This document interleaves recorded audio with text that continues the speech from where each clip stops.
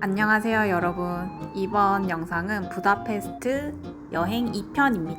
1편 안 보신 분은 1편 보고 보시는 거 추천드려요. 숙소에서 푹 쉬고 다시 한번 둘러보러 나왔어요. 여기가 숙소 엘리베이터인데 엘리베이터 있어서 짐 이동하기 편했고 매일 이동하면서 사진으로 기록하는 그런 용도로 찍었습니다. 도나우강 따라서 쭉 걷다 보면 요 세체니 다리가 나오거든요. 이 다리를 건널 수 있는데 다리가 되게 예뻐요. 그리고 다리에서 보는 풍경도 좋으니까 걸어서 한 번쯤 건너보시는 거 추천드립니다.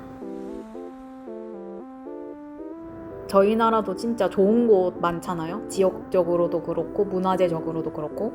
근데 저희 나라에서 못 보는 풍경을 본다는 게 되게 큰 경험으로 와닿는다고 해야 되나? 그래서 이런 풍경을 보는 게 뭔가 이 자체로 저는 되게 만족감이 크더라고요. 그래서 일반적으로 부다페스트 여행하시는 분은 3박 4일까지는 그렇게 많이 안 묵으시는 것 같기는 해요. 근데 저는 여행할 때 일정 빠듯하게 다니는 것보다 여유롭게 다니는 걸 좋아하기도 하고, 다른 나라에 가서 제가 익숙한 거리 하나라도 만드는 게 저한테는 의미가 좀 있는 편이어서 좀 넉넉하게 일정 잡고 갔는데, 가고 보니까 진짜 3박 4일 하기 잘했다라고 생각했습니다. 그리고 국회의사당은 야경뿐만 아니라 낮에 봐도 이쁘니까 꼭 낮에도 한번 보세요. 그리고 부다페스트는 이 토카이 와인이 유명합니다. 가격도 저렴하고 달달한 와인인데 되게, 저는 술을 잘 못하지만 즐겨 먹을 수 있을 만큼 맛있는 술입니다. 그리고 동행했던 언니 중에 한 분이 국회의사당 뷰가 보이는 숙소를 예약했다는 거예요. 그래서 피자 포장해서 그 언니가 초대해 주셔가지고 숙소에 놀러 갔습니다. 피자도 맛있었고 뷰도 너무 좋았고 그 언니들이랑 같이 얘기했던 것도 재밌고, 이런 경험을 언제 해보겠어요? 그래서 아직까지도 기억에 많이 남습니다. 그렇게 언니들이랑 피자도 먹고 와인도 먹고 얘기하다가 야경 보려고 저는 좀 일찍 나왔어요. 부다페스트에 야경 포인트가 꽤나 여러 개가 있거든요. 그 중에 가장 유명한 게 아마 어부의 요새일 거예요. 여기인데 여기 아치 모양 안에 그 부다페스트의 국회의사당 야경이 딱 들어가게 해서 사진을 많이 찍으시는 것 같아요. 그래서 저도 그게 유명해서 가기는 했는데, 저는 사실 이렇게 되게 좀 생각보다 작게 보이거든요. 그래서 저는 작게 보이는 뷰도 물론 한눈에 봐서 이쁘기는 하지만, 저는 도나우 강변에 있는 벤치에 앉아서 제 시야에 꽉 차게 보이는 야경이 훨씬 이쁘기는 했습니다. 그래도 여기 와봤으니까 제가 그게 더 예뻤구나라고 느꼈던 것 같아요. 그래서 저는 여기도 그렇게 멀지 않거든요. 그래서 여기도 꼭 한번 들리셔서 남들 다 찍는 사진 하나 찍으면 좋잖아요. 그래서 한번 오시는 거 추천드립니다. 그리고 제가 앞서 말했던 것처럼 저는 이 도나우강 그 국회의사당 건너편에 있는 바로 앞에 벤치 있거든요. 그리고 여기 턱 같은데 걸터 앉아서 사진 많이 찍으세요. 여기서 찍은 게 저는 더 좋더라고요. 그래서 여기 벤치가 그렇게 많지는 않아서 해 질 때쯤 미리 와서 간식이나 맥주 하나 이렇게 챙기셔가지고 그 벤치에 앉아서 드시면서 서서히 노을 지는 거 구경하시는 것도 좋은 방법인 것 같습니다. 이렇게 야경 마음껏 구경하고 다시 숙소 가서 꿀잠 자고 다음날 아침도 새벽에 깨버린 거 있죠. 그래서 이날도 책 챙겨서 그 전날의 새벽 산책이 너무 좋았기 때문에 똑같이 새벽에 나가게 되었습니다. 원래는 그레이트 마켓홀 가려고 했는데 제가 생각보다 더 이른 시간에 갔는지 사람이 거의 없어가지고, 그래서 그 그레이트 마켓홀 앞에 있는 작은 공원에 벤치가 있거든요. 그래서 거기 앉아서 좀 책도 읽고 트램도 보고 그런 평화로운 시간을 보내고 있는데, 갑자기 물이 막 화도도도도독 막 떨어지는 거 아니겠어요? 진짜 벤치에 앉아서 책 한 페이지 읽었는데 갑자기 스프링클러가 작동한 거예요. 그래서 너무 웃겼답니다. 그래서 책을 읽지 말라는 뜻인가 해가지고 숙소에 가서 조식으로 나오는 요 맛있는 한식을 먹었습니다. 진짜 이 맛에 한인민박 오는 거 아니겠어요? 그렇게 아침 야무지게 먹고 그 같은 도미토리 묵는 동생이 이 근처에 커피 맛있는데 자기 들은 데 있다고 해가지고 같이 먹자고 해서 여기 오게 됐는데 맛있었어요. 직원분들도 되게 친절하시고 되게 로컬스러운 분위기라고 해야 되나? 그래서 여기도 추천드리고 싶습니다. 그리고 몰랐는데 나라마다 이 하수구 뚜껑에 저렇게 이름이 적혀 있다고 하더라고요.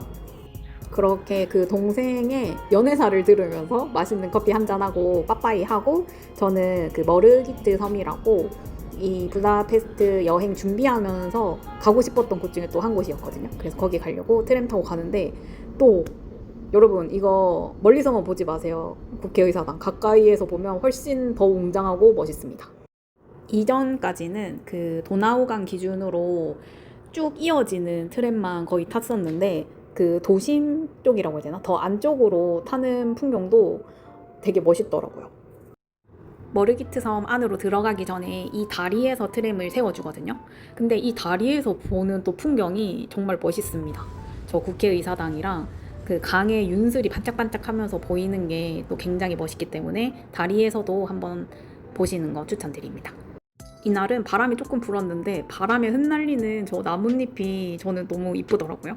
그리고 여기 안쪽에 체육시설이 많아요. 그래서 저렇게 축구하기도 하고 사실 제가 여기 오고 싶었던 이유 중에 하나가 여기 그 야외 수영장이 있거든요. 근데 저는 5월에 방문했는데 아쉽게도 5월에는 개장을 안 한 거예요. 사실 여기 가려고 수영복도 다 챙기고 했었는데 그 부분이 조금 아쉽기는 했습니다. 하지만 그 아쉬움을 싹 잊게 해준 게 바로 이 분수인데요. 분수의 퀄리티가 너무 좋아서 저는 깜짝 놀랐습니다.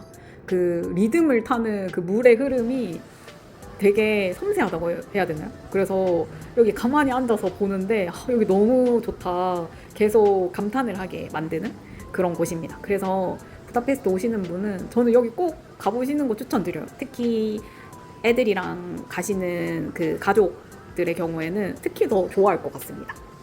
그리고 이 분수를 기준으로 쭉 둘러서 의자가 또 많이 배치되어 있거든요. 그래서 편하게 앉아서 구경하기 좋기 때문에 날이 더우면은 여기 앉아서 휴식을 취하는 것도 좋은 방법일 것 같습니다. 그리고 이 머르기트 섬이 제가 생각한 것보다도 훨씬 넓은 섬이더라고요. 그래서 그 트램 처음에 내린 곳에서 이 좀 우거진 숲길로 오려고 하면은 거의 2-30분을 걸어야 돼요. 저는 처음엔 걸었는데 여러분은 버스 타십시오. 진짜 생각보다 너무 힘들어요. 그리고 여기까지 가져온 저 벽돌책. 진짜 지금 보니까 저때 왜 저렇게 무거운 걸 갖고 갔는지 모르겠어요. 여기서 이제 책 읽고 있는데 그 동행했던 언니들이랑 단톡이 있었거든요. 근데 그 중에 한 언니가 뭐 하냐고 해서 저 머르기트 섬이라고 했는데 그 언니도 머르기트 섬에 있는 거예요. 그래서 너무 웃겨가지고 만나서 또 맛있는 밥을 먹으러 가기로 했습니다. 여기는 그 맛잘알인 언니의 추천으로 오게 된 곳이고요. 슈바인 학생이랑 굴라시 먹는 곳입니다. 여기 다 맛있었어요. 그리고 그 직원분들도 되게 친절하시고 저 와인도 굉장히 맛있었습니다. 이렇게 맛있게 먹고 언니랑은 진짜 이번에 빠빠이 하고 체크아웃하고 이날 짝꿍이 오기 때문에 새로운 숙소로 이동하려고 합니다. 가는 길이 또 너무나 예뻤어요. 대신 유럽은 아시나요? 캐리어 끌기 빡센 거. 그래서 여러분들 캐리어 고르실 때 바퀴 튼튼한 거, 큰 걸로 고르세요. 진짜 한 15분 거리밖에 안 됐던 것 같은데 이거 이동하는 것도 저는 너무 힘들더라고요.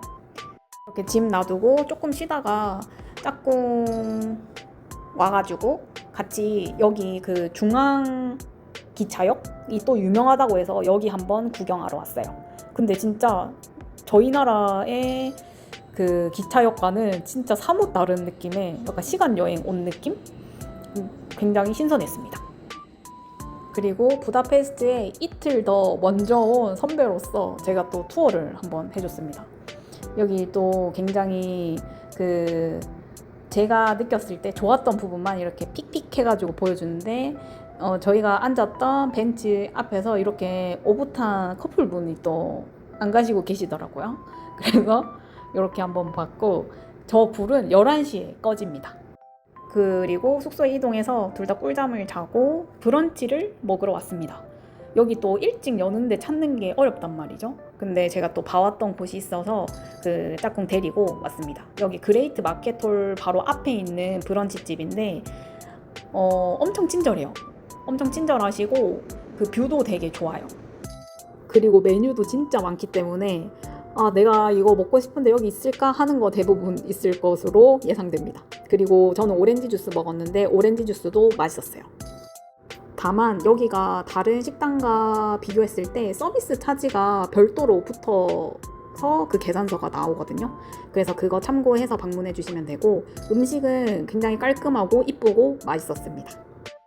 이렇게 브런치 야무지게 챙겨 먹고 부다성 한번 올라가 보려고 해요. 원래 그 부다성 가는 방법이 두 가지가 있는데 첫 번째 방법은 푸니쿨라를 타고 올라가는 거고 두 번째 방법은 걸어서 올라가는 겁니다. 이 중에서 저희는 걸어서 올라가는 거 택했어요.